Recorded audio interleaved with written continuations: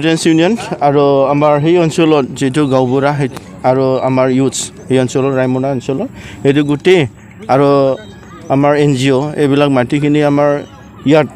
আমাৰ জংগল ৰিট্ৰিট এই ৰেজৰ্টৰ আমি এটা এৱাৰনেছ প্ৰগ্ৰাম লোৱা হৈছে সেইটো হ'ল আমাৰ যে conservation and preservation of forest and animals মানে যোৱাৰ টাইমত আমি দেখিছে যে আমাৰ মানে ৰেয়াৰ স্পিচিছ গল্ডেন লাংগুৰ সেইটো মানে কিছুমান মানুহ সেইটো লৈ পেলাই মানে বিজনেছ কৰাটো দেখিছে ইয়াৰ কাৰণে মানে এইবিলাক নহয় ইয়াত আমাৰ আৰু এই ৰায়মনা নেশ্যনেল পাৰ্ক ৰিচেণ্টলি এইটো নেশ্যনেল পাৰ্ক ডিক্লেয়াৰ কৰা হৈছে সেইটো প্ৰিজাৰ্ভ কৰিব লাগে সেই এৰিয়াত আমাৰ ইউথছবিলাক আৰু গাঁওবুঢ়া গোটেই NGO বিলাক লৈ পেলাই আমি এটা এৱাৰনেছ প্ৰগ্ৰাম কৰা হৈছে আৰু ইয়াৰ আমি ৰিকুৱেষ্ট কৰিছে যে আমাৰ যে ৰায়মনা নেশ্যনেল পাৰ্কখন আমাৰ প্ৰিজাৰ্ভ কৰিব লাগে আৰু ইয়াৰ কিমান ৱাইল্ড লাইফ কিবা আছে এনিমেলছ সেইবিলাক প্ৰটেক্ট কৰিব লাগে কিয় কাৰণে আমাৰ সেইটো নেশ্যনেল পাৰ্ক হোৱাৰ লগে লগে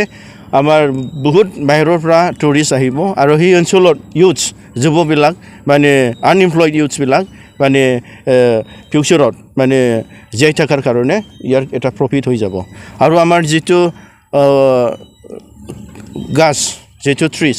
সেইবিলাক আমি নতুনকৈ মানে এইটো আৰু মানে বনাব লাগে যিটো আগতো অলৰেডি মানে আননেচেচাৰিলি মানে উইদাউট প্ৰটেকশ্যন মানে ডাঙৰ ডাঙৰ গাছবিলাক কাটা হৈছে আৰু কিছুমান মানে আমাৰ মানে ফৰেষ্ট ডিপাৰ্টমেণ্টৰ যিটো অফিচাৰ্ছ আছে আগত এইটো মানে সেই মানে কি কয় এইটো কাটা মানুহৰ লগত নেক্সাছ হৈ পেলাই বহুত মানে বেজালি কৰিছে আগত যাতে এই বছৰৰ পৰা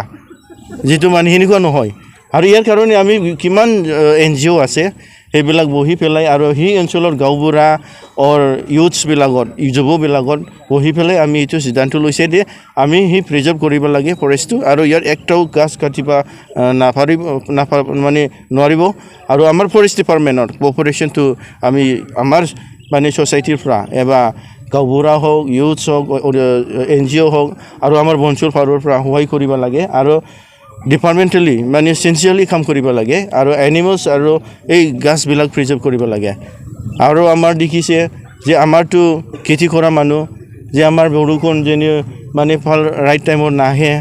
ইয়াৰ কিয় কাৰণে হৈছে এইবিলাক গাছ নাই ইয়াৰখন আৰু যিটো আমাৰ খোৱা পানী আৰু ভিতৰত যিটো আগত যেনিবা 30-40 ফুটত এভেইলেবল আছিলে কিন্তু গোটেই গাছটো কাটিলে কি হৈ যাব এইটো 100 ফুটত 400 ফুটত গঠি যাব এই হাৰিয়ানা ৰাজস্থান নিচিনা হৈ যাব